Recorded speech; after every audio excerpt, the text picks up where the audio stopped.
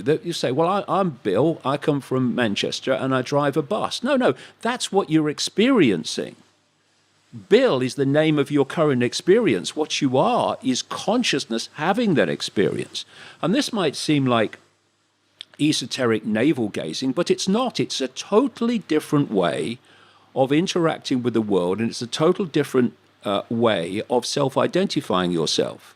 Because when you say I am are, and the labels then follow, you are self-identifying with limitation. You're self-identifying, I am my experience. And if I'm, born in Leicester in a working class council house, then that defines me. That's who I am. No, that's just where you were born. Mm-hmm. You have the potential to be whatever you want to be and whatever you choose to be. But what we've got now is a massive extension even of that, whereby your label is everything. Not only are people defining themselves by the labels, the world is increasingly defining them more than ever before by them. And this is where what we call today identity politics comes from, where it's not about what is right or fair or just, which is surely the way to look at anything. It's how does this affect my label? So if I'm transgender and something happens, how does this affect my label? If I'm this race or that religion and something happens, well, how does this affect my label? So people are constantly judging the world by how it affects their label, instead of saying, well, hold on a minute, never mind all that. Is it right? Is it fair? Is it just? No matter what label we're talking about, is it fair? Is it just? Is it right? And so what you have is a situation where we have developed this belief among increasing numbers of people, particularly young people through the universities and colleges, whereby you judge everyone by a group, and then you tag the group, whether it's good or not good. So therefore, instead of seeing a world of individuals with individual thoughts, opinions, observations, you judge everyone by a group.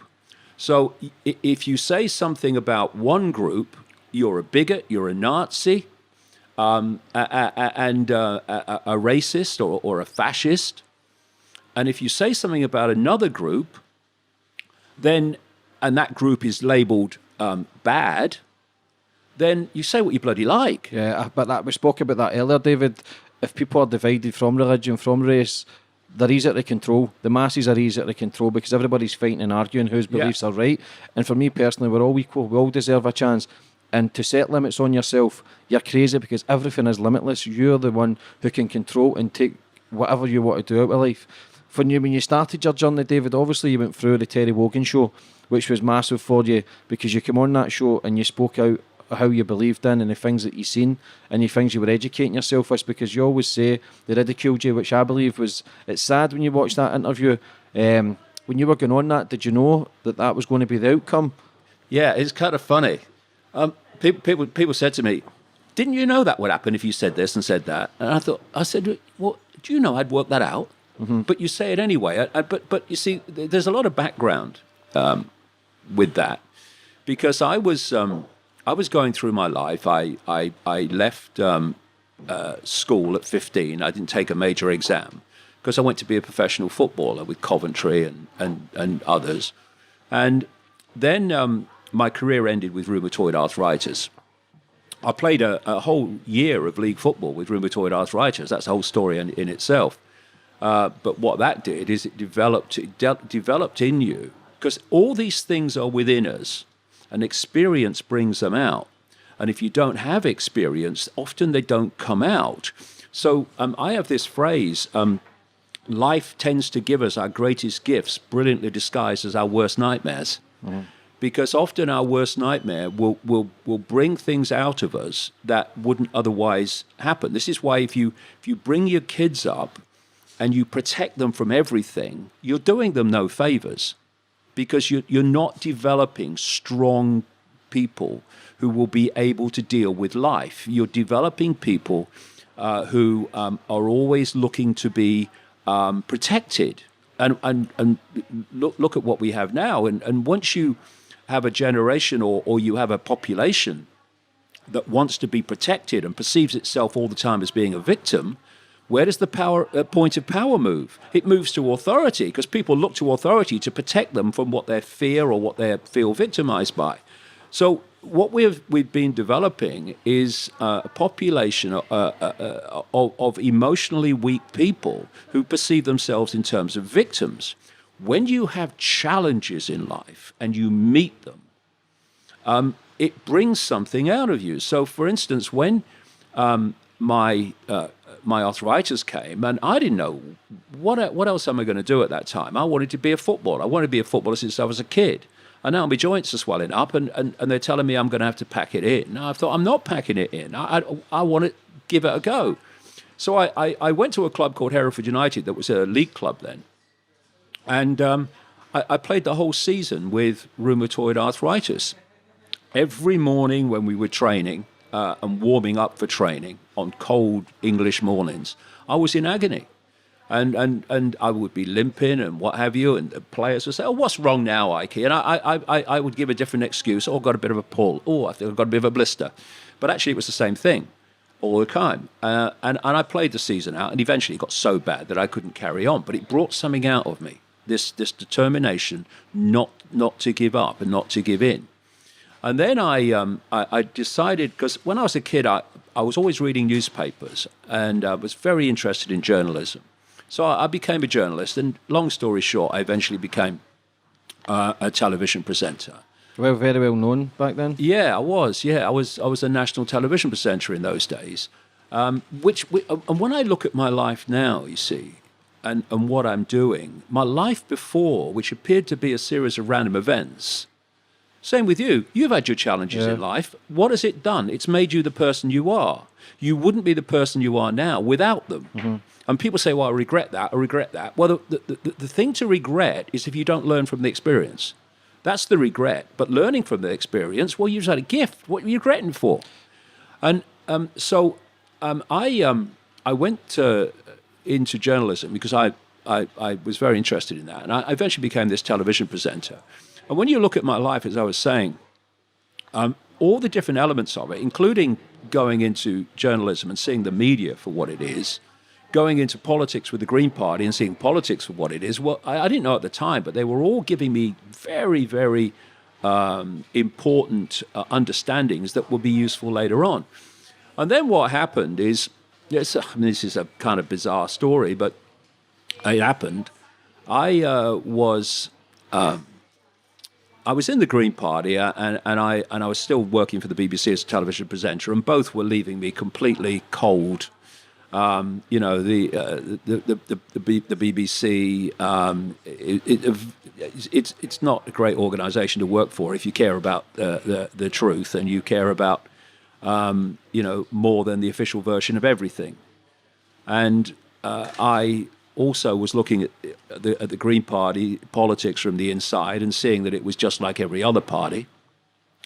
And so I was, what do I do with my life now? Because I can't go on with either of these.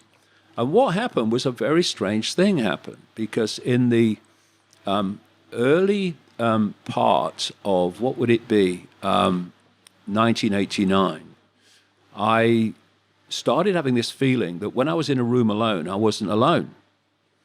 And it's like there was an atmosphere there. There's something there. And through 1989, this got more and more and more powerful, to the point where in early 1990, I was working for the BBC, and I was staying at a hotel called the Kensington Hilton, just down from the BBC headquarters. And I'm sitting on the side of the bed, and in this apparently empty room, and there was such a sense of a presence there that I said into the room, if there's something there, would you please contact me, because you'll drive me up the wall. Few days later, I'm on the seafront with my son Gareth, little boy then, in Ryde, where I live on the Isle of Wight. And I go into this newsagent shop where Gaz was looking at one of the books, and I said to him, "Come on, Gaz, we'll go and get some lunch in the town." And as I said it, it was like the atmosphere changed, like the energetic field around me changed. And all I heard, it wasn't a voice, it was a very strong thought form. It said, "Go and look at the books on the far side." And I'm standing there thinking, Do not shut yourself. yeah. No, basically, what the... And so I start walking across to the books in a daze, thinking, what is happening? And I knew this bookshop. The books it sold were for, the tourists that come to the Isle of Wight. They were basically Mills and Boon and perfectly formed English roses and having relationships with perfectly formed, uniformed soldiers and all this stuff. So I'm thinking, what am I going over here for? But right in the middle of these books was one called Mind to Mind by a woman called Betty Shine. A picture was on the front. It was different to the other, so I picked it up and I turned it over and I read the blurb. And she was a psychic. An English psychic, and she was telling her life story. So I bought the book, read it in 24 hours, found it very interesting, contacted her because I wanted to go and see if she would pick up what the hell was happening around me for the last year. And so I went. I told her nothing. What I told her was, because she did this hands-on healing as well, which is just an exchange of energy. It's not mumbo-jumbo, it's an exchange of energy. Icke. Yeah, it's just an exchange of energy. That's all it is. But anyway, I told her that because I said, I've got arthritis. Maybe it will help. Because I didn't want to give anything away what was happening to me. So I'm sitting on this bench, this medical type bench in her front room. And, she's chatting away. And she's doing the whole, hands-on healing just next to my left knee. And suddenly the atmosphere changed again. And I felt like a spider's web on my face. Now, what hit me was in her book, she said, when other levels of reality are trying to lock into you, you sometimes feel like a spider's web on your face. Well, I know what that was now. It's electromagnetic energy. You know when you're in a crowd, a football crowd of great emotional excitement, you feel like a charge of energy. Mm-hmm. The hair stands up on your neck, That's electromagnetic. They're electromagnetic fields. So that's what I was feeling. But it did feel like a spider's web on my face. And I said nothing to Betty, but I'm thinking, what the hell? And then about 10 or 15 seconds later, she reels her head back and she said, my God, this is powerful. I've got to close my eyes for this one. And my bum's for going further down the... What have you got yourself into here, Icke? And she starts telling me in March 1990... that I'm going to go out on a world stage and reveal great secrets. I would face enormous opposition, but they, whatever that is, would always be there to protect me. And that there was a shadow over the world, and there was a story that needed to be told, that humanity was going to go through a phase of waking up and coming out of basically its coma, which is programming. And that I was going to go out and do that. One man cannot change the world, but one man can communicate the message that can change the world was one of the things she said. And I'm sitting there. I'm a television presenter for the BBC. I'm a national spokesman for the Green Party. And I'm thinking, what are you talking about? and so I then leave her and get on a train.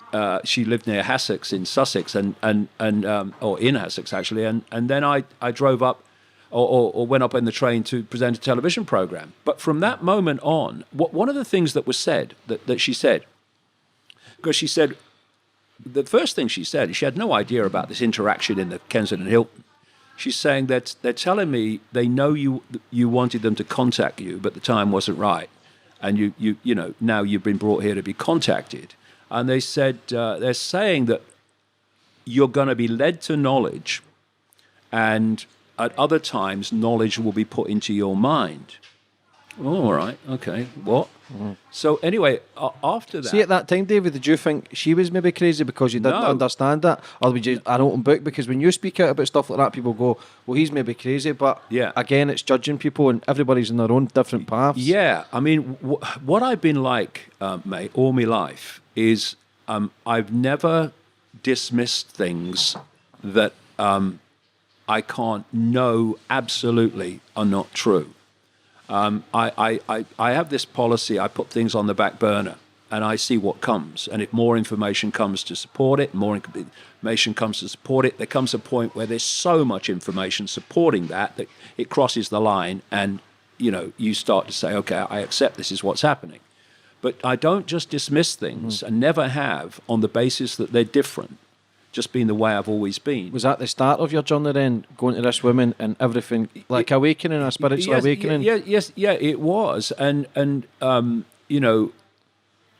one of the things was that it was going to be tough, and so when I left her house and got on with my life, very, very quickly, synchronicity, coincidences started to occur, where I'd meet people, come across information, come across books, come across documents, whatever, that were starting to hand me puzzle pieces.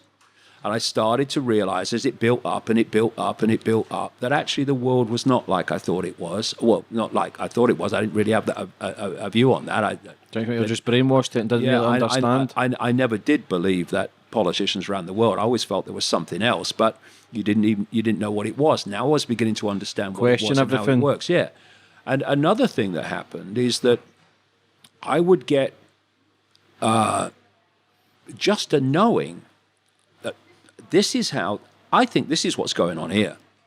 And then what would follow would be names, dates, places, hard factual information that would support that view, which kind of connects with, we will put knowledge into his mind. And this has gone on now for 30 years, and it's gone through different phases of information. And it's taken me down an extraordinary road of uncovering the world as it is, behind the facade of what we're told it is. And of course, it's taken me into realms of enormous ridicule and enormous abuse. But we come back to the greatest gift often that you are ever given is your worst nightmare, or what appears to be. So if we go back to the Wogan show, because what happened eventually is I went on the Wogan show and talked about what was happening to me. And at that time, I was right in that period of the Wogan show, it was a period of about 3 months, I was going through an enormous transformation of that you didn't perception understand. that I didn't understand. No, because this is what happened. Just very, very, very briefly, is that I suddenly got this feeling I needed to go to Peru. I didn't know why. I'd never been there. I watched them play in the World Cup a few times, but I didn't know anything about it. And long story short, I ended up in Peru, and a series of enormously amazing things happened to me. And it culminated at a place called Siustani, which is near a place called Puno, near Lake Titicaca, highest navigable lake in the world, they say, about 13,000 feet. And I ended up, in a series of synchronicities again, at this so-called Inca site called Siustani, which is old Inca ruins on a hill, and there's a lake and mountains right out in the middle of nowhere.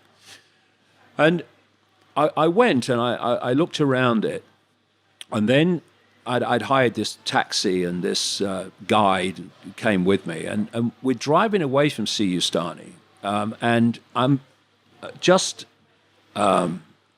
daydreaming, which I do all the time, daydreaming out the window, sort of mind wandering, and I'm looking at this hill as we're coming towards it. And as I looked at this hill, all I could hear in my head was, "Come to me, come to me, come to me." And I'm thinking, I was introducing the snooker not long ago, actually, and now this frickin' hill's talking to me. It's like, it's what's going on. Steve Davis, Jimmy White, all is forgiven. And so I asked the guy to stop. I said, "I won't be a minute, I'm going up that hill." And I walked up the hill, and I didn't know where I was going or why. And there's all these kind of stones. It's kind of a circle like of stones. And I walked into the middle, and it's beautiful, and there's not a cloud in the sky. It's a pure blue Peruvian sky, piercing sun, red nose to prove it. And I stood there, and what happened to me then happened to me. I cover this bit in the news shop in Ryde, where I'm standing there, and suddenly I feel like my feet are being pulled to the ground, and like magnetically, and I'm feeling like a drill in the top of my head, and the atmosphere changed again. Only this was much more powerful than the news shop, and I heard this again very strong thought form go through my mind, which said, first of all, they'll be talking about this 100 years from now. What? And then, which seemed absolutely crazy given the sky and the sun and it will be over when you feel the rain, right? And then what happened is my arms went out like that without me making any decision to do that. And then this energy got more and more powerful. And in the end, my body's shaking. And what was happening, it's like when you're driving a car and you can't remember the last mile. Your subconscious has been driving the car, thank goodness. I kept coming back to some kind of consciousness and then going back somewhere else. And as I came back to consciousness at one point, my conscious mind, I noticed that over the far distant mountains, there was a light grey mist. And I'm watching it, and it's getting darker, and it's getting darker faster. And I think, it's frickin' raining. And then over not very long, the whole thing took maybe, I don't know, an hour, 45 minutes, an hour. This storm came out of the, I mean, you couldn't make it up. If you put this on a movie, they'd say, oh, come on. It happened. This storm is coming towards me. And you know, weather people talk about a front. Yeah. Well, this is a front. It's a straight bloody line. I'm looking up.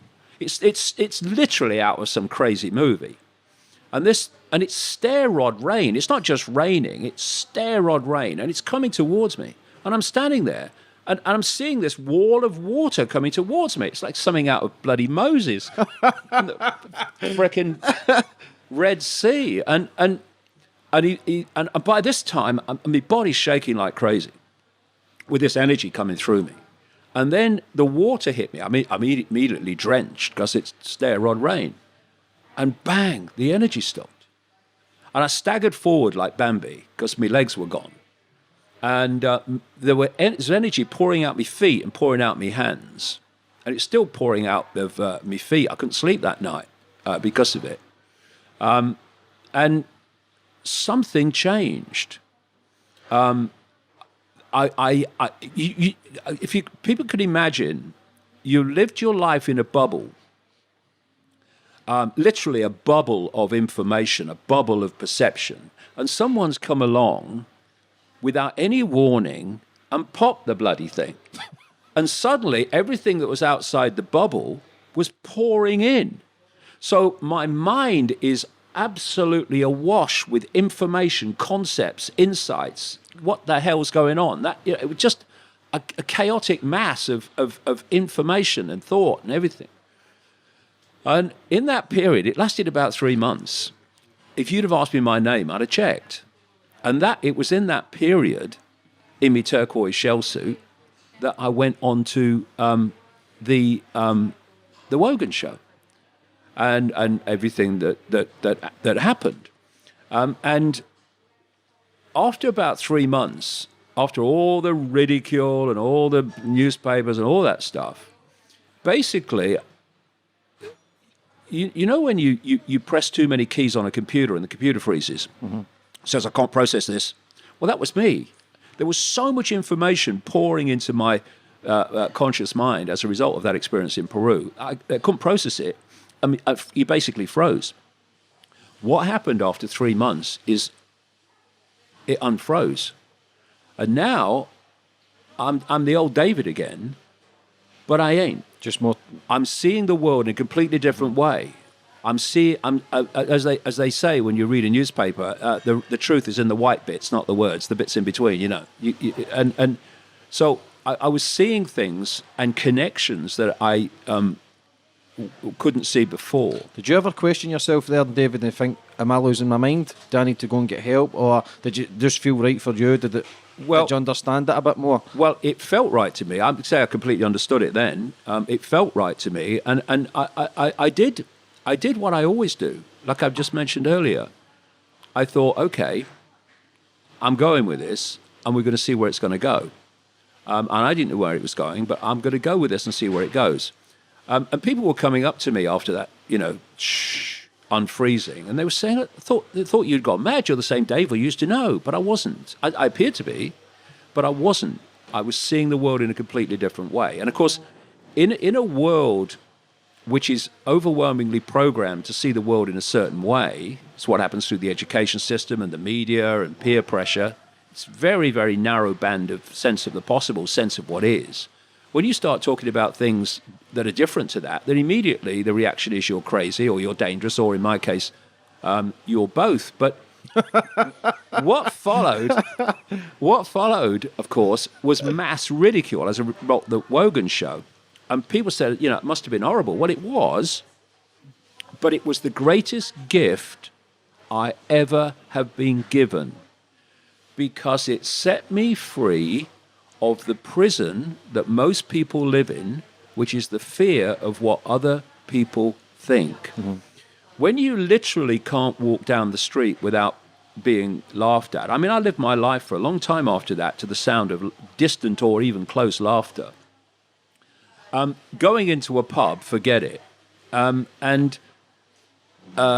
So you either go under and you disappear. What the majority of people do. Yeah, or you come out like steel honed in the fire, and you let go of this prison, this ball and chain that most of the population of the world live in, the fear of what other people think.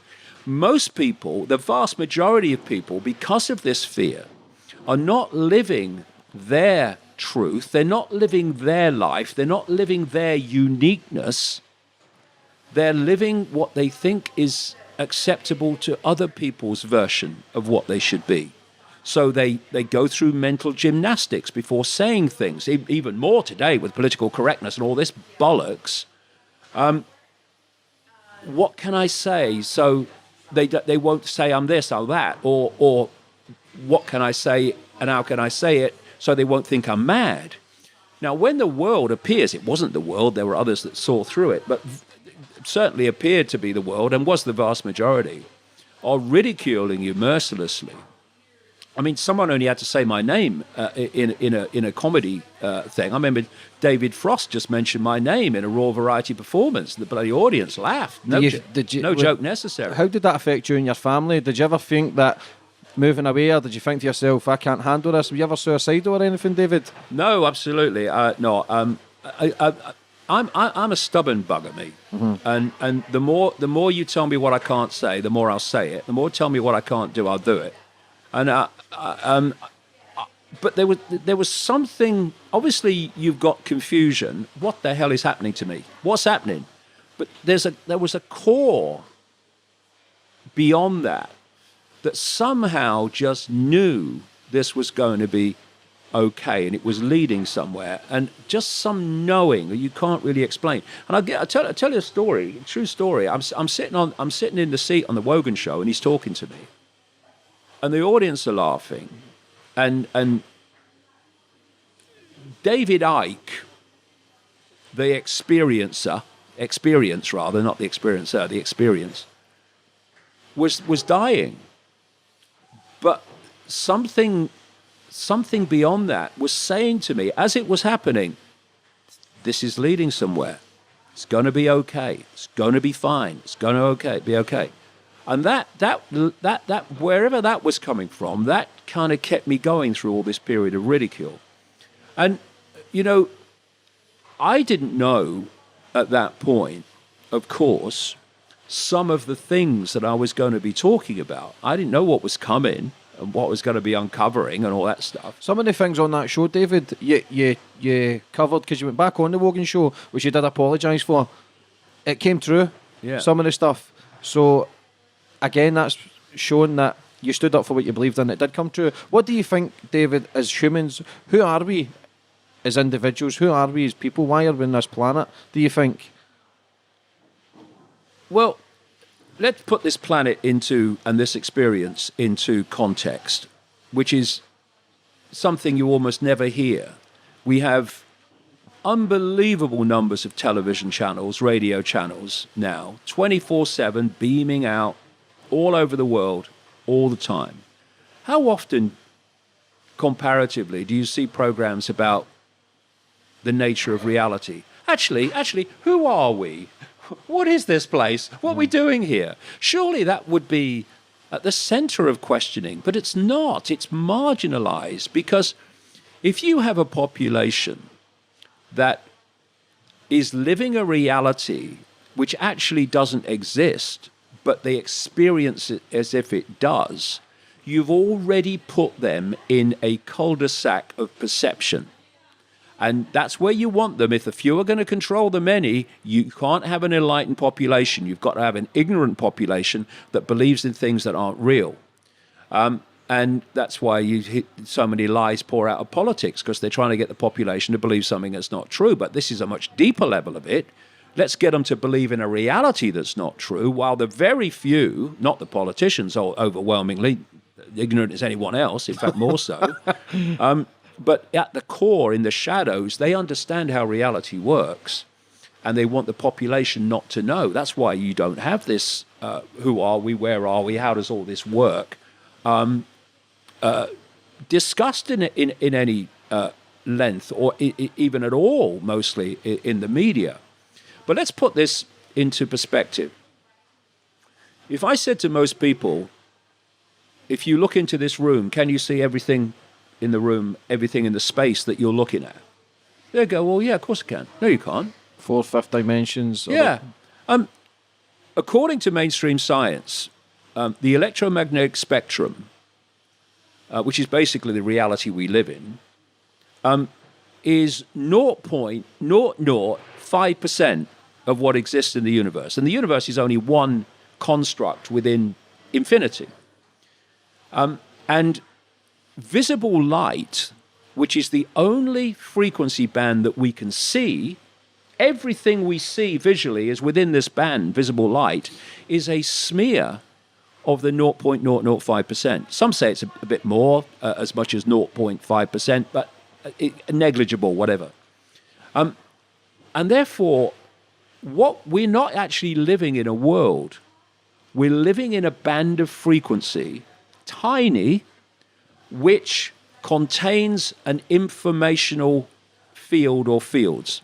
And we are interacting with those informational fields, just like a computer interacts with Wi-Fi, and we are decoding those informational fields into what appears to be, and we experience as, a solid world. Oh, there you go.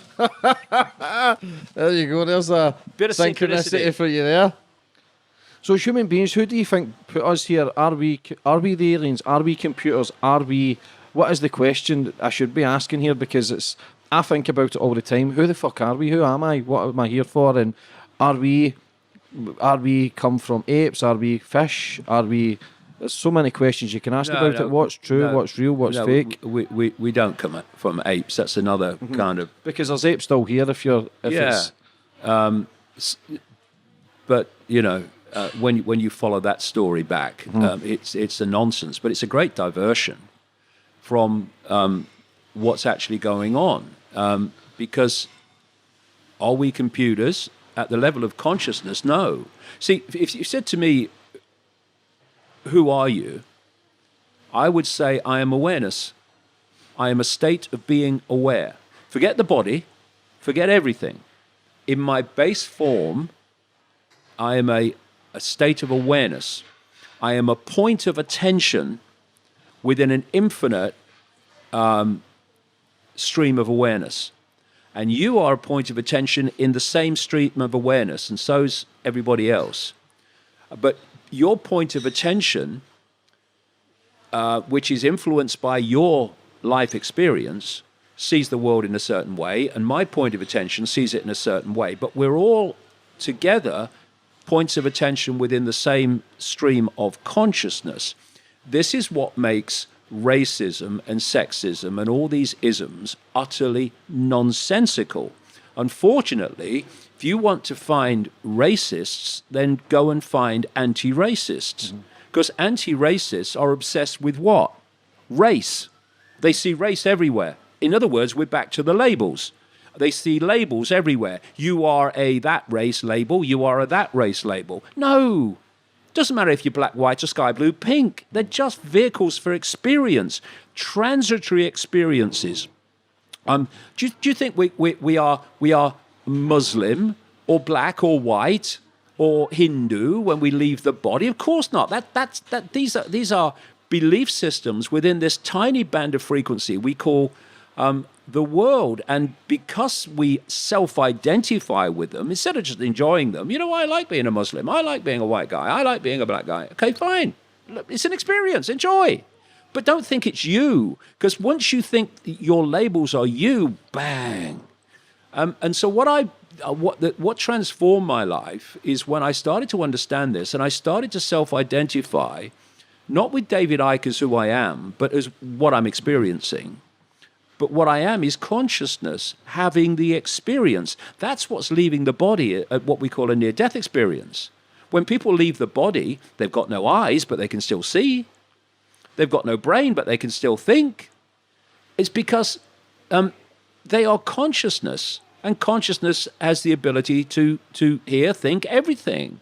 But the body, what the body does, you think of consciousness. Consciousness does not, if you like, vibrate. It's not within the frequency band of this reality we're experiencing. So it's like Radio 1, Radio 2, Radio 3 or 4 are all sharing the same space, but they don't interfere with each other. Why? Because they're not on the same frequency. So consciousness is not in the range of frequency that we are directly experiencing in what we call the physical world. So to experience this band of frequency, this reality, our consciousness takes on what we call an external form, which is operating within the frequency band of this world. And because of that, I can pick that glass up.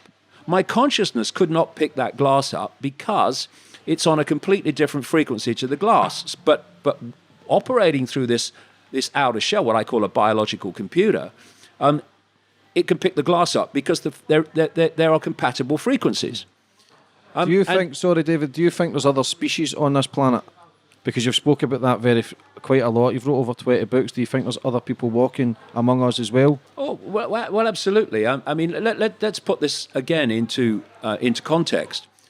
According to mainstream science, if you compare the size of planet Earth with the projected size of the universe, planet Earth is the equivalent of a billionth of a pinhead.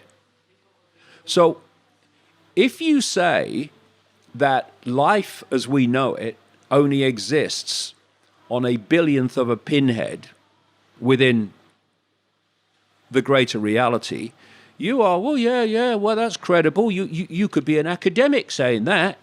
But you say, actually, hold on a minute. Elephant, living room, sofa, billionth of a pinhead, night sky, which is a tiny fraction even of one galaxy, and there's billions of galaxies in the universe, they say now. Despite all that, life is... I'm having a problem. That microphone's getting a battle. We're going to fall out, Mike. But we're saying that life as we know it only exists on a billionth of a pinhead and nowhere else. I mean, it's insanity. And then you think this. Look at the vastness of different forms that exist in animals, in insects, in nature, in all of it. Even in the human race, look at someone from China or someone from Asia and someone from South America, from South Africa, from Europe. Look at the differences. You look at the range of form, of different form and expressions of form that exist within a smear of 0.005% of the universe. What the heck? In the infinity beyond this reality, which is in almost the entirety of everything, what the heck exists out there in terms of form, and different expressions of consciousness. How do we know what's out there, David? See, I'm a man who questions everything. Unless I see it with my own eyes, I struggle to believe it. And people say, I don't believe in conspiracy theories. And we touched on it earlier. Everything's a conspiracy because unless you see it with your own eyes, or everything, it's the way you perceive things or your perception. How do we actually know what's out there? How do we know we're not in a snow globe? How do we know the world's not flat or round? How do we know the answers? Well, basically, you don't, in terms of, every I dotted and every T crossed. All you can do is put the information that you have across together and come to conclusions. That's all you can really do. But, when I'm talking about non-human races interacting with and manipulating human society, I've not sat in a darkened room and pulled it out the bloody ether, smoking a weed. I've been to more than 60 countries over 30 years researching this. I've talked to whistleblowers on the inside of the American military and intelligence complex, many of them. I've talked to shamans around the world who are carriers of the ancient knowledge of those societies. And when you put what the two say together, you get the same answer, that yes, there is a non-human force that is manipulating human society. And you see it in ancient accounts. You see the common themes around the world in different cultures describing the same thing. And you see one common theme, for instance, which is that this non-human force manipulated human genetics. This comes out in the Old Testament, for instance, as the sons of God who interbred with the daughters of men. People say, "Oh, that's in the Bible." Well, yes, it is, but the theme is everywhere in non-Bible countries galore, cultures galore. And so you put it all together and you come to conclusions. Then you write it down, you connect the dots, and then you put it out, and then people decide whether they want to believe it or not. That's the deal. But when you look at how narrow the band is that we can see and perceive, my experience over the last 30 years says to me that's not an accident. Mm-hmm. Somehow, human genetics has been manipulated to only perceive a very narrow band of reality, which makes us obviously far more controllable. And you always talk about being controlled. They're talking about, you spoke about it years ago, David, about kids getting microchipped, and now we're getting microchipped where they can follow us about, and the Illuminati. Can you touch on that? The small percentage of the people who control the world?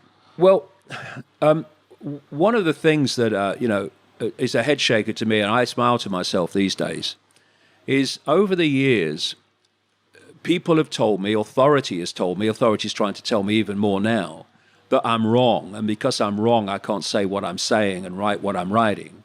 And then they prove me bloody right.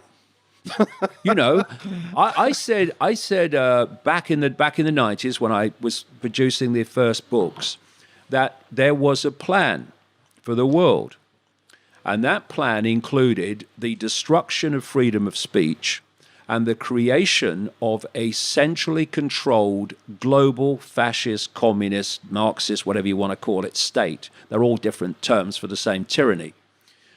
That this included microchipping the population. Don't even start me on that. It's way along the line already. And that money would be taken out of circulation, so only cashless money digital money would be used, which has fundamental implications for freedom and control. And a stream of other things which have all come true. And the reason I could do that is very simple.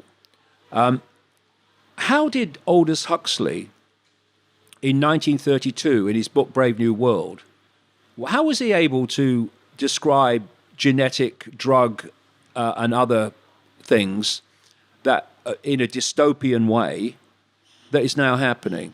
How could George Orwell be so accurate in 1948? What about the other people that I quote in my books, insiders way back who were saying this is what's going to happen because this is the plan. And it's all happening in detail, not even theme, detail, because there is a plan, there is a script.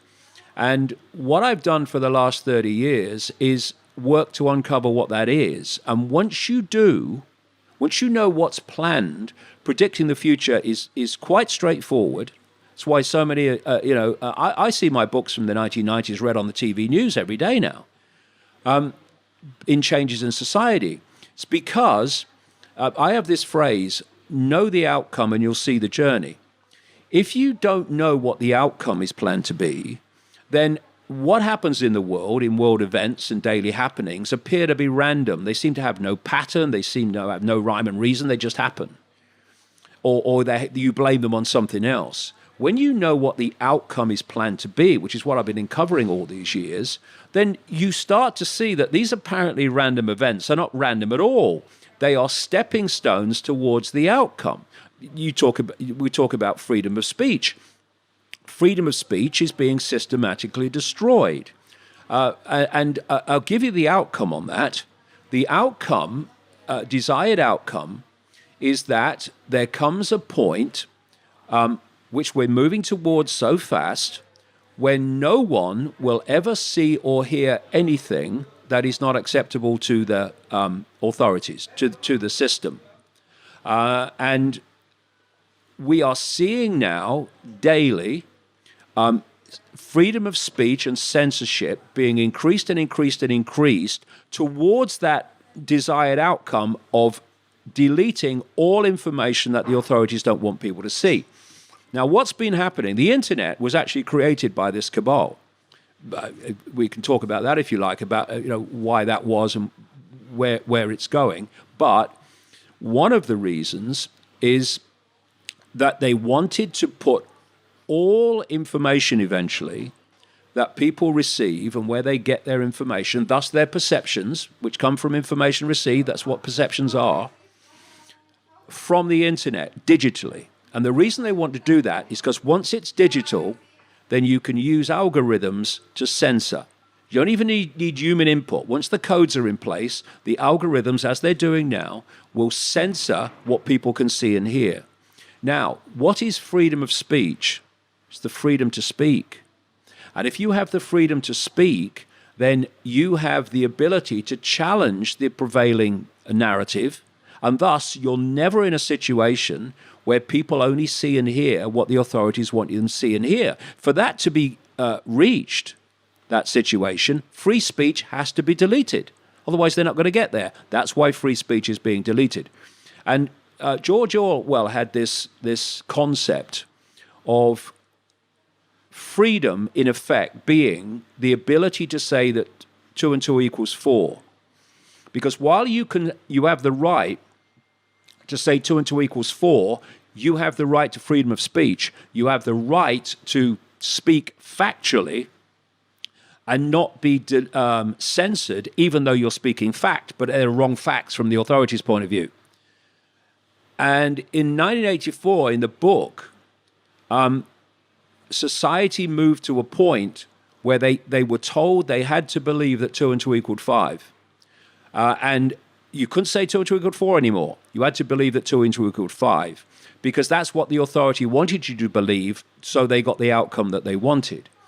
And what happens is that initially, and we're in that point now, when you're being pressured to believe 2 and 2 equals 5 and to say it and not contradict it, there is a resistance which says, well, it's a load of bloody nonsense.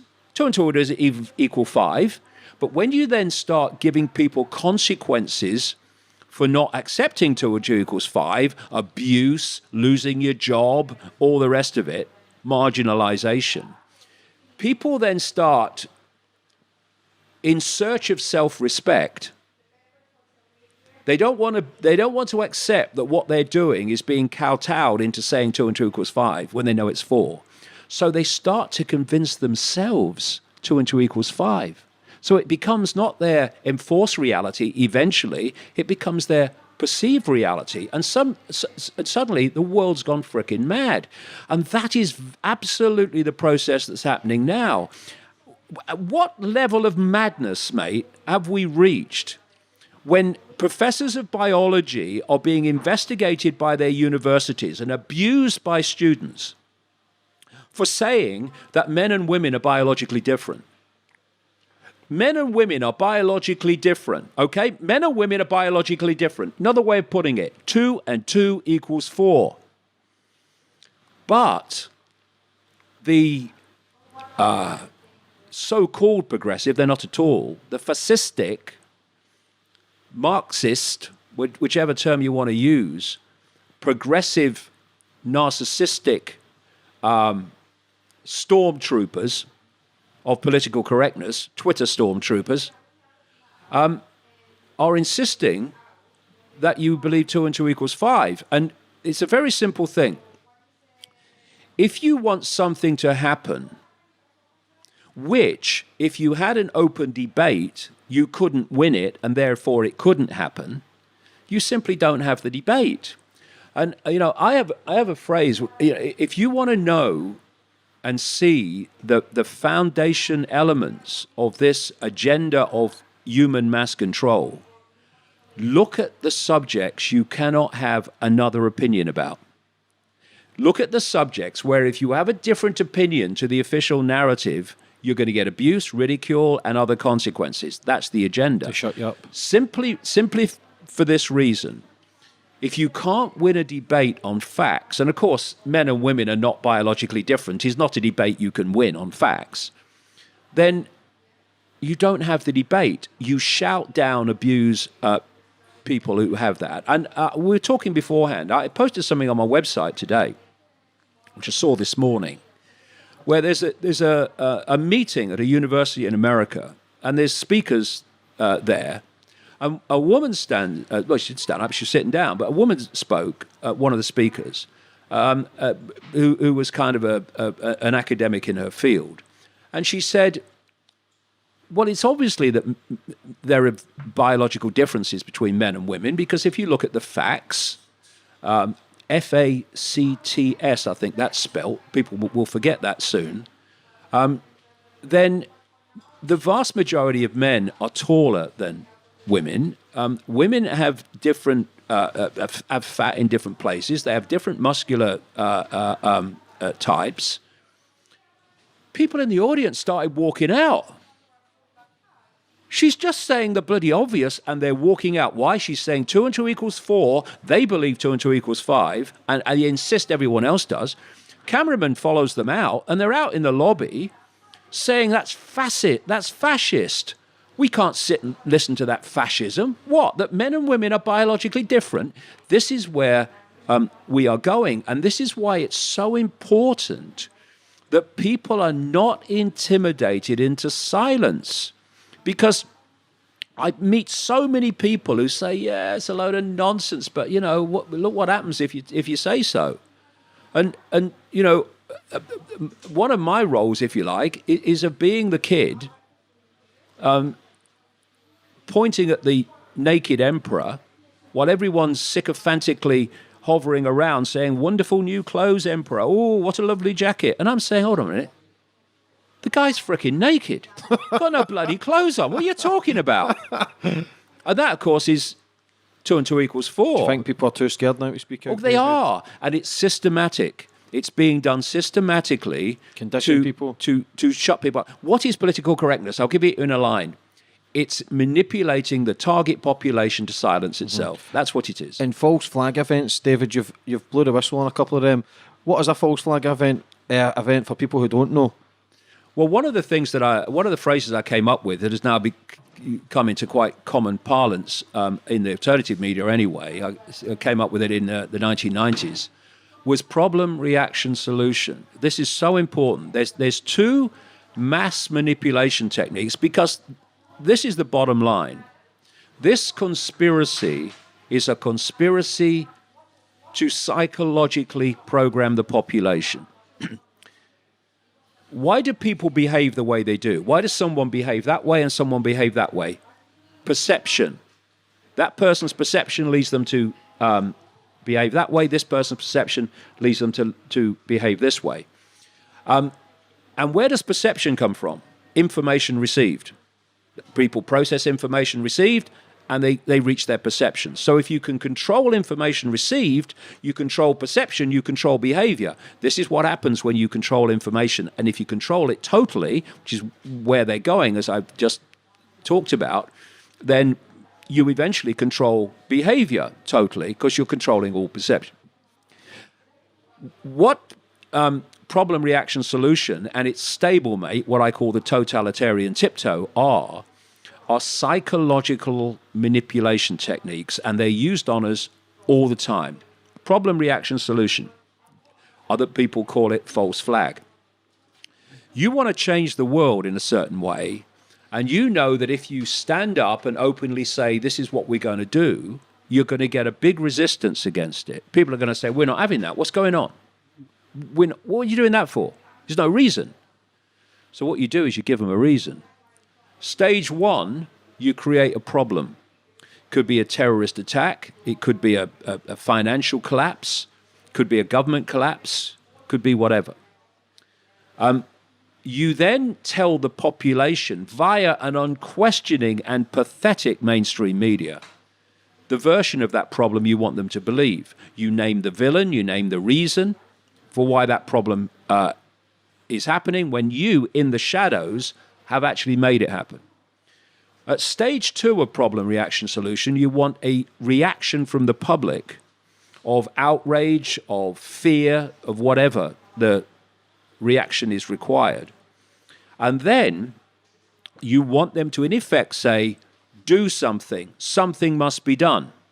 And then those who've created the problem covertly and blame someone else and got you to believe it, then offer the solutions to the problems they've created. And they are solutions that push on this agenda for the world of more and more control, more and more centralization of power, more and more dictatorship. And they can make that happen with a solution to a manufactured problem that they couldn't have done without the problem. And so how much freedom has been taken away because of terrorist attacks? Well, what if not every one, but what if many of those terrorist attacks were actually not what they appeared to be, but were actually orchestrated by the very system that wants to change society? This create the problem, offer the solution is happening all the time. And that links in with something else I mentioned, the totalitarian tiptoe. You're at A and you want to take the world to Z. You know if you go in too big a leap towards Z, the change is going to be so dramatic that people are going to look up from the game show or the sport and say, what's happening? So you go as far as you can, as fast as you can, but not so far that you alert too many people to the fact that there's a pattern here. So you have a problem, reaction, solution, and you take a step, deleting freedom, more surveillance, more control. Then you have another problem, reaction, solution, and you do it more, and you do it more, and you do it more. If you look at the European Union, it's a classic totalitarian tiptoe. We were told we were joining a free trade area called the Common Market, good for jobs. Okay, that's where it starts. But that's not where it was planned to finish. That was just the foot in the door. And then you have more and more centralization of power. Well, if we centralize power, it would be more efficient. Over this and over that and all that stuff. And then it goes on and on and on until we've reached the point now where Europe is controlled in fine detail by a handful of bureaucrats that the vast majority of people in Europe couldn't even name. And I had to smile the other month. In my books in the 1990s, I said the plan is for a European army, an EU army. Oh, load of rubbish. We've got NATO. Ridiculous.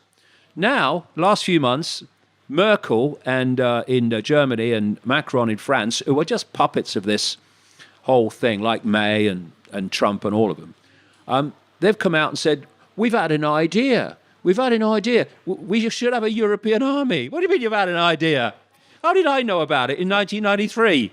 How much stuff have you said, David, that's came through? Does it scare you, the stuff that has come through, and go, I fucking told you so? Do you sit back and go, told yous? No, I don't. What I do is I point out when things happen that I said them, but I don't, way back, but I don't say, see, told you so. I do it for a reason, and this reason. If I knew about it 20, 30 years ago, it's not random, is it? Mm-hmm. It's not just happening. It's planned. Otherwise, I couldn't have known it. How could Orwell have known it? How could Huxley have known it? And these other people that I quote, how could they have known it? How could someone I quote in the books, a Rockefeller, big-time Rockefeller insider, have described the internet that was coming in 1969? How could he have done that? How could he have said in 1969, we are going to make boys and girls the same? How would he have known that? Because there's a plan, and it's projected much further ahead than people think the realize. plan for the people controlling the world maybe are 100 years ahead, 200 years ahead. Yeah, because it's another big story. Once you go off into another force that's not human, their timeline and their projections are not the same that we live in, where we, if you're going down a river on a canoe, you see as far as the next turn in the river. But what if there's a force that can see the whole river from start to finish? Then they have a completely different timeline and a completely different ability to project the future. How did George Orwell know about smart TVs?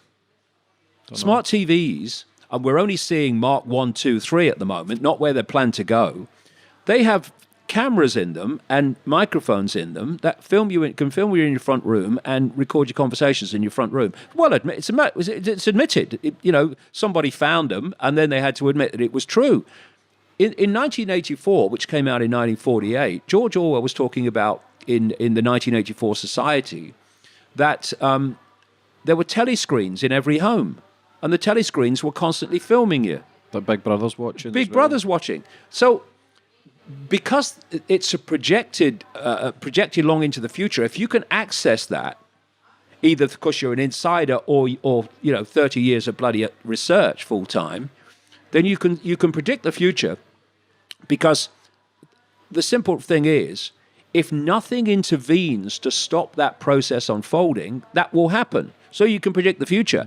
The whole point of what I do is to alert enough people eventually to all these things that there is an intervention, and it is stopped because a few people, and it is a few in full knowledge in the shadows, cannot manipulate and direct the lives of 7.7 billion because they don't have the numbers. To do it, they have to manipulate the perceptions of the population, which becomes the behavior of the population. Thus, the population behaves in a way that the few can control the many. And the key factor above all other factors is to keep that target population in complete ignorance of what you're doing. And so the more that you can uncover it and communicate it, and people become aware that this is happening, and thus events in the world are happening because of this and not randomly, the more chance there is of an intervention and the population saying, we're not having it. The people you've spoke out against, David, are the most powerful people in the world. Do you ever get scared that they'll take away your life, that they'll put a hit out on you, or they'll try and shut you up? Because they've tried so many times to shut you up. They've now banned you from Australia. Yeah. Do you ever feel that, shit, I'm in danger here? Have you ever felt your life in danger from the higher powers and the people who control the world? Never crosses my mind. No. I mean, that might be hard for people to believe, but it's true. It never crosses my mind. And for this reason, A, we're more powerful when we take our power back than ever we believe we are. And, I look on these people as pathetic little boys in short trousers, little boys and girls in short trousers, because what kind of psychopathic insanity does it take to want to impose your will over a vast population of people? I mean, it's pathetic. They are pathetic. I'm going to be frightened of them. Are you having a laugh? No way. And the other point is this. Once you start self-identifying with being consciousness, that's my eternal state, your eternal state, everyone's eternal state. Consciousness, a state of awareness. Well, whether it's in this body, it'll be out of this body eventually anyway at some point. Whether it's in this body or not in this body is almost irrelevant, because it's always a state of consciousness having an experience of some kind.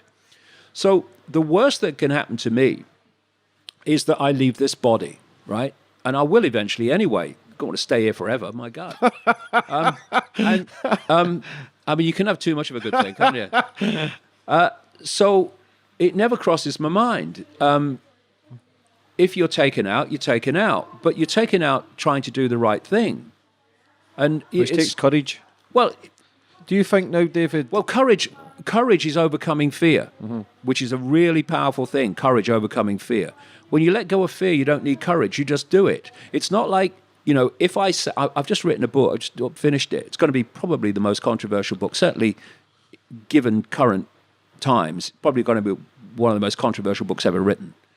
And so I know what's coming with it, but I don't fear it. You're used to it. I don't fear it because I'm putting out what I believe to be right, and I don't need courage to put it out because I don't fear putting it out because I don't fear the reaction. The reaction is what it is. That's how you react to it. Yeah, and a lot of people are going to read it and go, "Thank God, someone's saying it at last." Mm-hmm. And the system's going to say, ban him, condemn him. Couldn't get less. Do you think they're doing the same thing with Jim Carrey now that they did with you 30 years ago? Try to ridicule him and call him crazy and say all the bad shit towards him because he's kind of had a spiritual awakening. He wants to stay away from the media and he's in the woods and just try to heal himself and get away from the false shit that he was involved in for so long. Well, I spent an evening with Jim Carrey actually at his home. With my son Jamie some years ago when I was in LA, and we had a very interesting chat. And again, Jim Carrey's had an experience similar to me, where basically the bubble popped and the veil lifted, and it can be a challenging time because suddenly you're perceiving another reality that's so different to the one you've been perceiving before, and of course when you start talking about it, for reasons we've discussed, you're going to get ridiculed by the mainstream. The trick is not to care, and from what I've seen of Jim, he don't care. And people just thought, look at the range of things you perceive. Is that really the limit of what there is to perceive? Is that really the limit of what there is to know? Is that the limit of ways of seeing the subjects you have views about? Well, of course not. It's a tiny, tiny, tiny fraction. Anybody's views are a tiny fraction of possibility.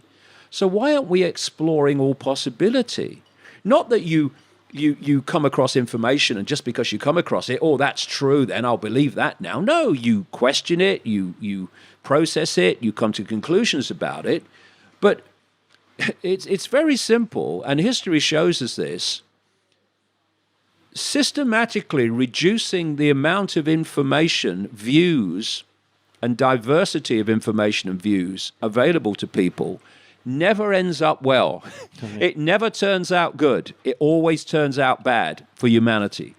Because you look at any tyranny, fascist tyranny, communist tyranny, whatever it is, whenever they get power, they want to destroy all alternative information and view that challenges what they want people to believe. Every time. So whenever you're in a situation where the free flow of information and view and opinion is being censored, you are in a tyranny.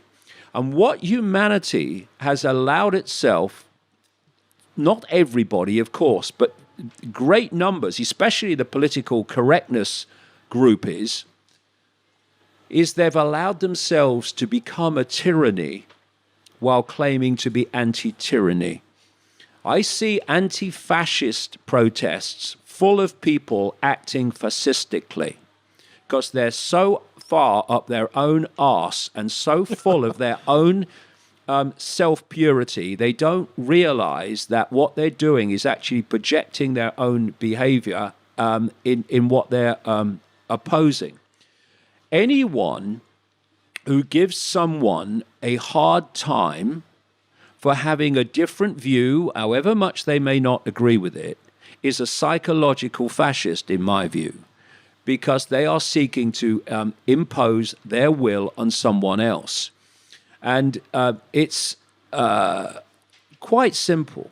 You let all information be circulated, and then people make their own minds up what they want to believe and what they don't believe. And this is a key. What we're seeing now, not least through algorithms, and through self-censorship by being intimidated into being terrified of speaking your truth, we're seeing information censored before the point of delivery, before anyone can hear it. This is fundamental because I believe that all information and all views should be allowed to be expressed. Because if anyone is censored from expressing those beliefs, then no one has freedom of speech. Freedom of speech is freedom of speech, the freedom to speak. It's not freedom to speak what is acceptable, it's the freedom to speak. And once anyone is censored, freedom of speech is dead, because what's left is only what is acceptable to speak, and that's not freedom of speech. And then what they've done, and what they're doing all the time, is squeezing that acceptability, so freedom of speech gets narrower and narrower until it disappears altogether. And so what we have is a situation where if people are allowed to say and communicate whatever they want, that is a situation where no authority in any form has the power to decide what people see and hear. Once you start censoring before the point of delivery, which, as I say, algorithms and self-censorship is now doing, you are giving authority the power to decide what people see and hear. And of course, it starts out with one excuse. We must stop jihadis, justifying or promoting violence. Okay. Oh, fake news. Fake news. What's fake news? Whatever we say it is.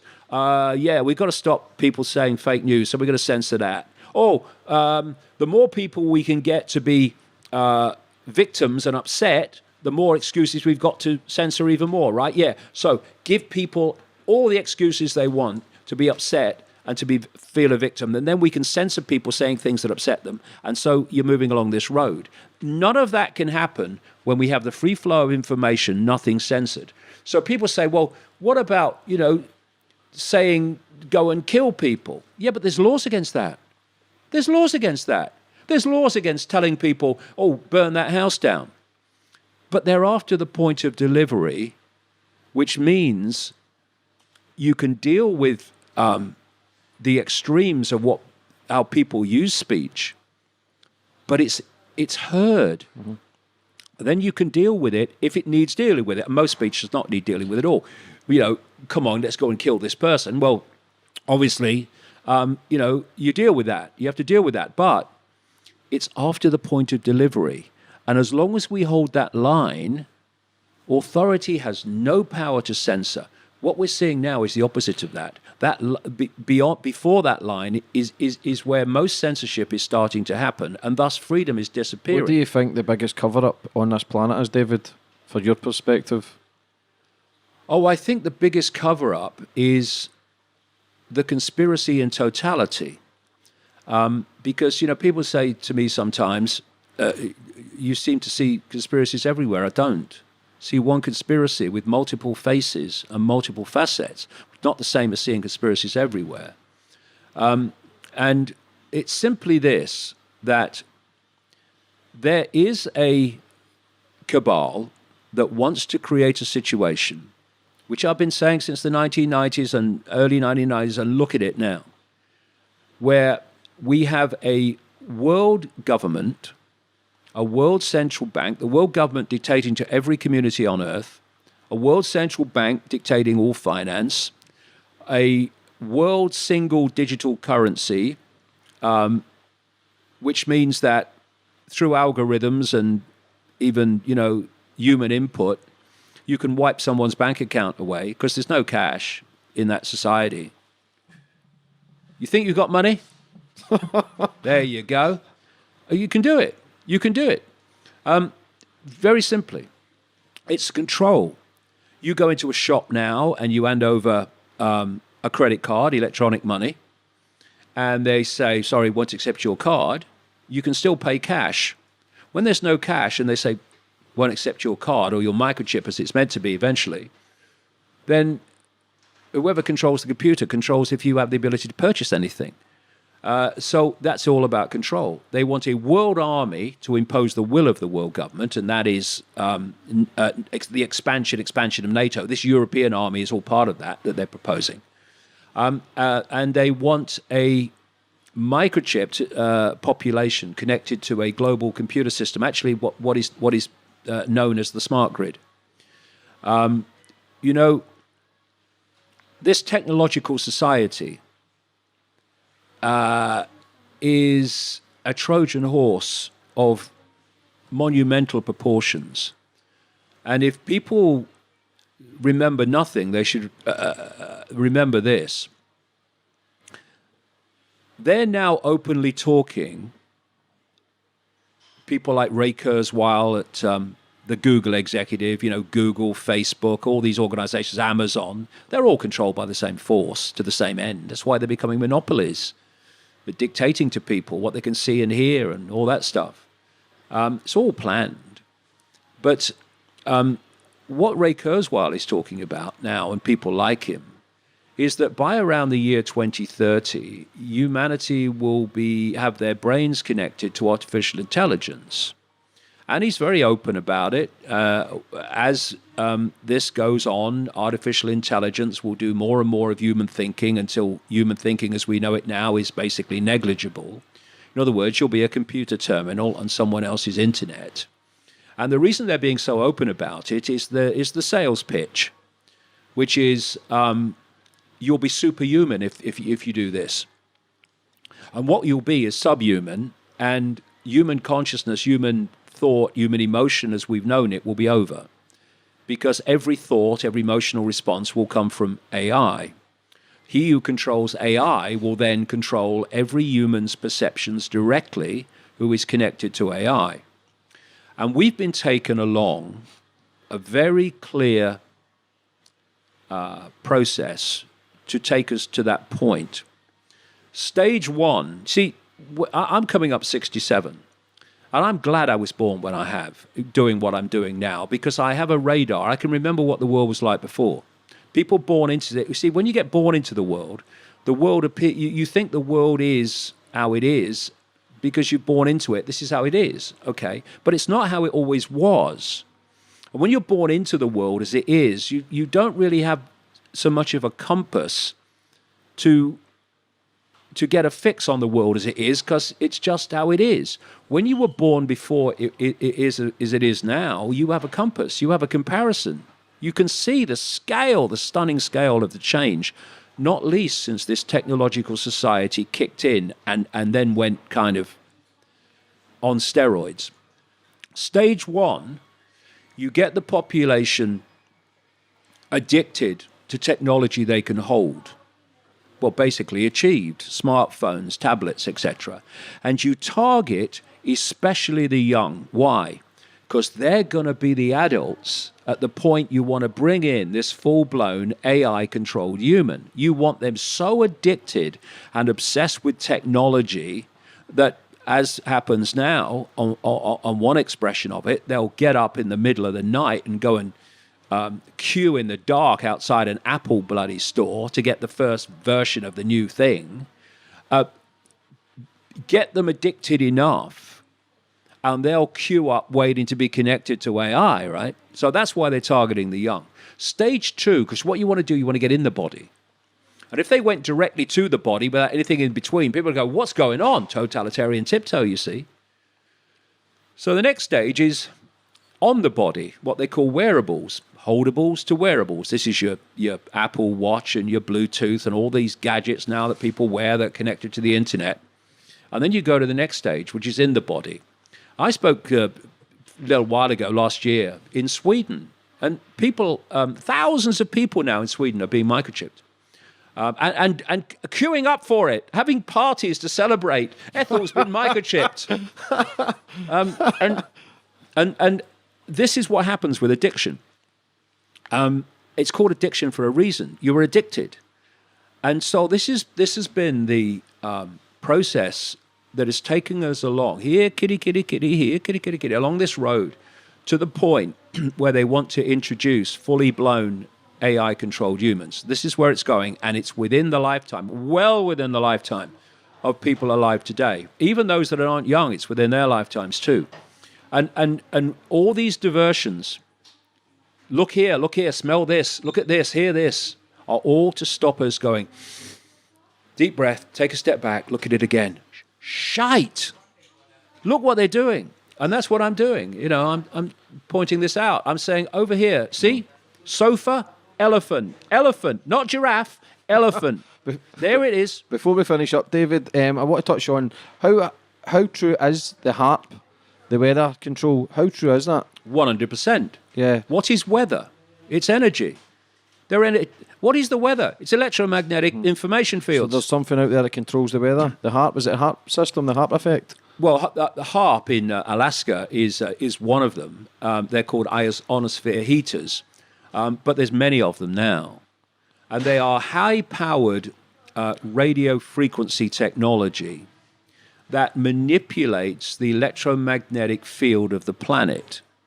And within that electromagnetic field are the fields of energy that we call weather. So if you can manipulate those fields to act in different ways, you can manipulate the weather. You can create hurricanes, you can create tornadoes. You know what a tornado is? It's a fast-rotating electromagnetic field. That's all it is. That's why they appear during electrical storms. It's electromagnetic field spinning. And you can spin electromagnetic fields and create tornadoes. You can manipulate the field so that rain doesn't manifest. You can create a drought, or you can make rain manifest massively, and you can get floods. This is what you can do. In fact, I'll give you just a very quick example going way back to, what was it, the 50s, I think it was, 60s, 50s, I think it was. There was a rainstorm in a place called Lynmouth in Devon that was so fantastic in such a short time that the river that comes down, actually the stream, not really a river, down through the town into the sea, was a vast wall of water that killed a great number of people. I think it was 1952 keeps coming to mind. Destroyed so many houses, devastated the place. And it was 250 times the rainfall that would be expected in that area, right? All these years later, decades and decades later, BBC Radio, to be fair, they don't do many good investigations, but this was one. They did an investigation program that established that the RAF had flown over that area just before, and they'd sent out chemicals into the clouds that stimulated rain. It was an experiment. So that's chemtrails? Well, that's chemtrails, which are, of course, they come out the back of planes, and not contrails because they disappear because they're based on condensation and heat. Chemtrails come out of the plane and don't disappear. They just pan out and eventually fall to Earth. Well, they're full of lots of things. And yes, they are indirectly affecting the weather and affecting many other things. My last book was called Everything You Need to Know and Have Never Been Told, and it goes into some of this in detail that we're talking about now and all the other stuff we talked about. But manipulating the weather is very straightforward these days through technology. But remember, I said they manipulate the weather by manipulating electromagnetic fields that dictate the weather. The body, the brain, is an expression of electromagnetic fields and electrical circuits. technologically generated electromagnetic fields and electrical circuits, Wi-Fi, phone communications, this lethal stuff they're bringing in now, which is actually a weapon called 5G, are fundamentally impacting upon the electromagnetic fields of the body, which affect people psychologically and which affect them, quote, physically and emotionally. It's why you get so many people who are close to these towers that suffer from depression. It's because they're being affected by the technological electromagnetic impact on their field, which expresses itself psychologically in terms of emotion, in terms of physicality. And the body's electromagnetic fields, when they're in a balanced, harmonious state, equal physical health, a lack of dis-ease, disharmony. When you start impacting upon the balance of that field, you create disharmony, and through that you get physical dis-ease, which is just an expression of electromagnetic disharmony. Disease causes disease. This is why people that work or live close to these sources of electromagnetic energy, be they phone towers or whatever, are so they get cancers that are very rare in the population because they have certain effects that go on. This is why radiation is dangerous. This is why radiation affects you. And of course, what we're living in now, almost everywhere, is a permanent state of walking, living, and breathing through electromagnetic, technologically generated fields. Do you think there's a cure for everything, David? Eh? Do you think there's a cure for everything? Of course there is. Yeah. If everything can go wrong, Can go right. everything can go right. It's just finding out what can go right. And if you are the mainstream medical profession, which is basically just an extension of the pharmaceutical industry, that's all it is, then you are not given the full range of possibility to treat dis-ease, disharmony. You're given the scalpel and the drug. In other words, you're given a bloody hammer. And you're told that every human problem, be it psychological, emotional, or physical, is a frickin' nail. And so, oh, what have you got? Oh, I'm depressed. Oh, over here, bang, there you go. You'll get that at the drugstore. What do you think of vaccinations, this is what David? it goes on.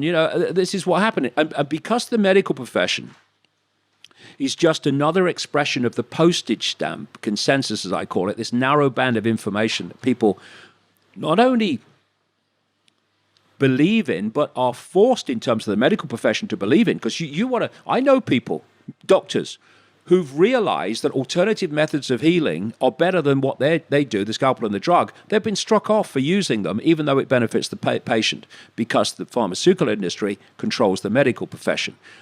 This is why now we're seeing this war on the circulation of information challenging the official story of vaccines. This is why YouTube is demonetizing and deleting, same with Amazon and Facebook, information that's challenging the official story of vaccines. One of the reasons in the immigration minister's diatribe in Australia, saying why my visa is going to be revoked 4 hours before my plane left for Australia and like months and months after I was given it, was my views on vaccines. So, and my views on climate change caused by humans, which it isn't. Climate's always frickin' changed. But that means that in Australia, in a society that believes it's free, the pharmaceutical industry that makes billions and billions of pounds out of vaccines can say what it likes about vaccines, but me, from me one-bedroom flat on the Isle of Wight, can't go to Australia and give a different view. Now, we're back to something else. Why is the Australian government, which is an asset of the pharmaceutical industry like all of them, why is it so terrified of me? Why a doctor called Sherry Tenpenny from America, who is a big challenger of vaccinations, she was also banned from Australia. Now, so you've got the vastness of the pharmaceutical industry that can advertise its products and vaccines on the television, but they're terrified of a handful of people going to Australia and challenging that. You know why? Because they can't win the debate. And they're so aware they can't win the debate, they're so aware it's a scam, certainly at the pharmaceutical level, that they have to shut up everybody, even the smallest voice giving another view. And my ban from Australia was a big wake-up call for Australians. I think the petition to get me in is, closing in on 20,000 now, because it reminded them and put in their face, Australia may seem to be a free country, but it's not. Britain may seem to be a free country, it's not. Neither's America. These are illusions. And they're terrified of other opinions. Of course, they know that what they're trying to sell the public across the range of subjects is a load of old bollocks that will not stand up to factual scrutiny. Where do people get your books, David? DavidIcke.com. They'll get them within 24 hours. There's a lot of them. The newest one is Everything You Need to Know. Yeah, when's that coming out? It's out now. It's been out for a little while. Your newest one, sorry, you were talking about that you've not released? I'm literally just finishing that. Are you excited for that one? That will be out probably in about 3 or 4 months. But I've also got a film coming out, which I was asked if they would make a film of my life. It's called Renegade. Seen the trailer today. Yeah, and that is. We've got some premieres of that in Manchester and London and Los Angeles and New York, and the dates are on the website davidicke.com, and I'll be attending all of them and taking questions afterwards. And the movie itself will be available to download from June the 4th, and it's about my life, yes, but my life is the theme, the backbone, but it's packed with information exposing the whole scam. So I'm hoping it will bring in a lot of new people to see the world is not actually like we thought it was. Yeah, excellent. David, for coming on my show and giving me your time. It's been excellent, and your views, your books, you stand on stage for 10 hours at a time and give your views and your knowledge that you've got. Is there anything you'd like to finish up on, or to try and, for anybody in the struggle that's maybe trying to awaken themselves and they're maybe going through the same journey that you went 30 years ago and they're scared, what advice would you give them, or what would you say to read into or maybe research that could maybe help them? Well, what transformed my life and what would transform anybody's life is to reassess their self-identity. Stop self-identifying with labels. Stop saying that's who I am. No, that's what you're experiencing. What you are is the awareness, the eternal state of awareness that is having the experience. And if you come from that point of view, the slings and arrows of outrageous fortune and outrageous abuse and Twitter storms are like, and? But if you identify with the labels, it becomes massive. It becomes all-encompassing. And I would say this more than anything else, and I'll say this to the kids, okay? The suicide of kids is just going through the frickin' roof, right? In the social media era. A lot of it is lack of self-respect coming from all the abuse and all the impositions of what you should be, and you're not good enough, and you should be this and you're not.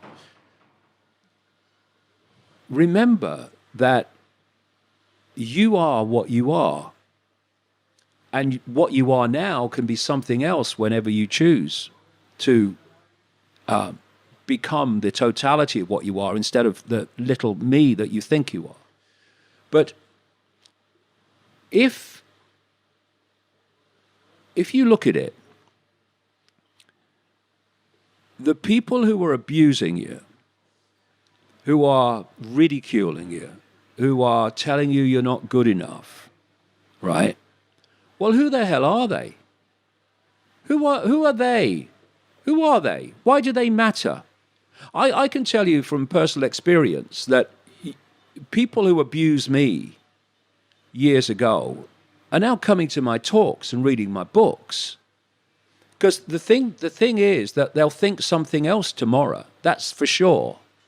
Whatever they're saying now, they'll think something else tomorrow, and they'll say something else tomorrow. But the point is, the key point, what the hell does it matter what they think about you? What does it matter? Oh, that person doesn't like you and gives you a hard time. Well, go and find someone else then. Stop interacting with them. Go find some other people to interact with. You know, who are these people? Why are you allowing your life to be dictated by the opinions of other people? You are unique. No, you're not like they are, thank God, most of the time. So why are you worried about what they think? Why are you even worried, if you get it down to real basics, what your parents think of you?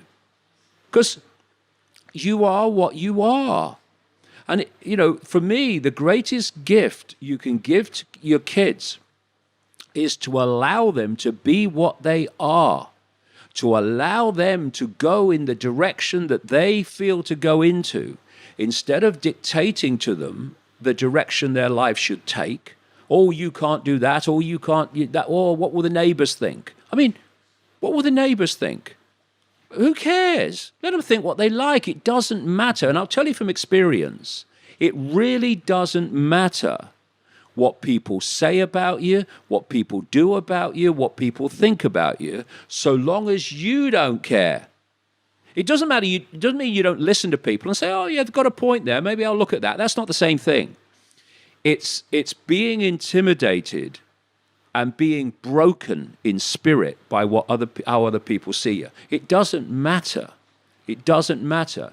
Because anyone who's ever done anything in the world, look out all the way through history, anyone who's made a real positive difference to the world has overwhelmingly faced ridicule and abuse before they were accepted to have been right all along. And majority get accepted after they're dead. Yeah, exactly. And if they had succumbed to fearing and responding to how people initially felt about them, they would not have done what they did, which was eventually accepted to be correct. So when you're in a world, a programmed world with such narrow programmed perceptions of reality, if you stray beyond that, you're going to get laughed at, you're going to get ridiculed, you're going to get abused. So what? It doesn't matter. It only matters if you think it matters. You know, people abuse me. Oh, thanks for sharing that with me. Have a nice day. That's more a reflection on them, though. Of course it is. Insecure, they're lost. It's like we were talking earlier, what I said. You know, every time we open our mouths, we think we're making statements about other people. We're not. We're making statements about ourselves every time we open our mouths. And people who go on social media and abuse other people behind the cowardice of login names is making a statement about themselves. Then they need to find themselves a mirror, and maybe they have a chat with it, and maybe they can realize that actually the statement is about them and not the people they're abusing. Yeah, the thing is not to care. Once you care about what other people think about you, they have control of your life. That'll be the frickin' day. Yeah, perfect. David, again, mate, you've been an absolute pleasure, and for what you've achieved and the balls to keep carrying on and doing what you do, it takes no problem. A massive amount of courage. Check out David's Instagram, Twitter, Facebook and YouTube channel, and it'll make you question a hell of a lot of stuff. But again, mate, it's been phenomenal, and I wish you all the best for the future. The new book, it's been great. Thank you. Thank you, mate. Thank you. Brilliant. Cheers, man. Thank you.